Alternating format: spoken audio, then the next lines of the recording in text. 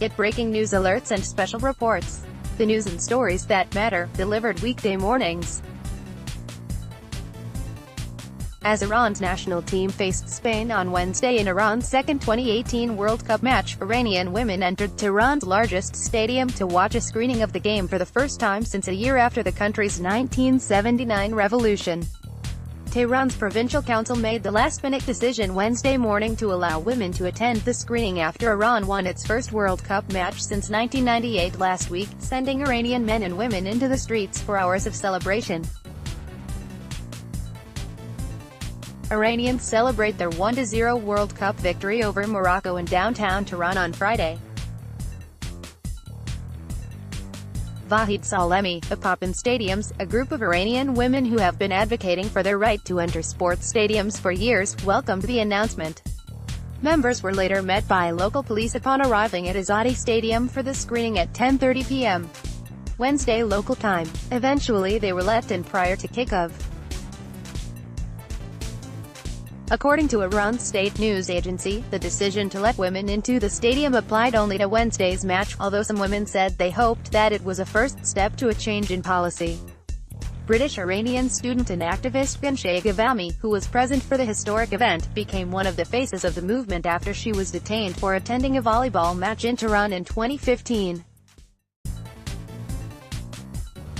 She was released a year later but was barred from leaving the country for 12 months. It was incredible. The first time we saw the stadium there was 100,000 people present, Ghavami said in an email to NBC News about the Iran-Spain game. The space was great.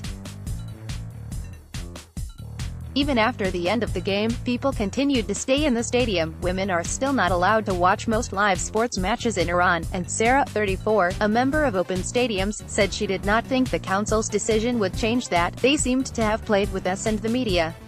Sarah told NBC News, asking that only her first name be used out of fear of arrest in Iran. Iran's victory over Morocco last week sent Iranian men and women into the streets.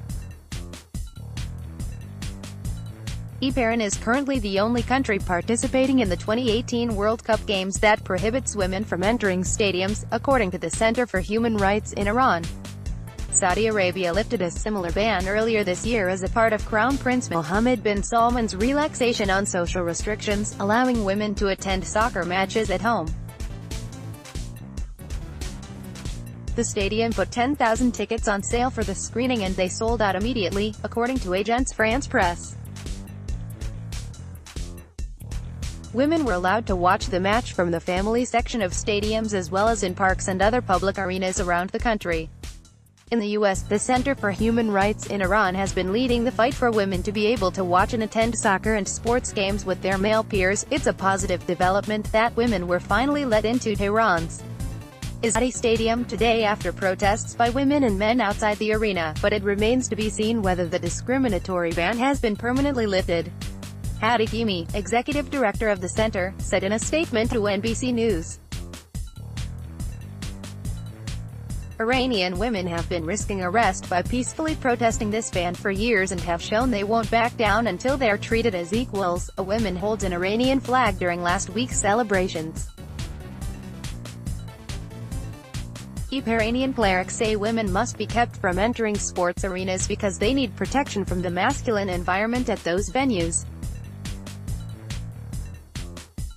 Last year, authorities overturned a law banning women from attending volleyball tournaments, but women are still banned from tournaments of other male-dominated sports, like soccer, wrestling and basketball.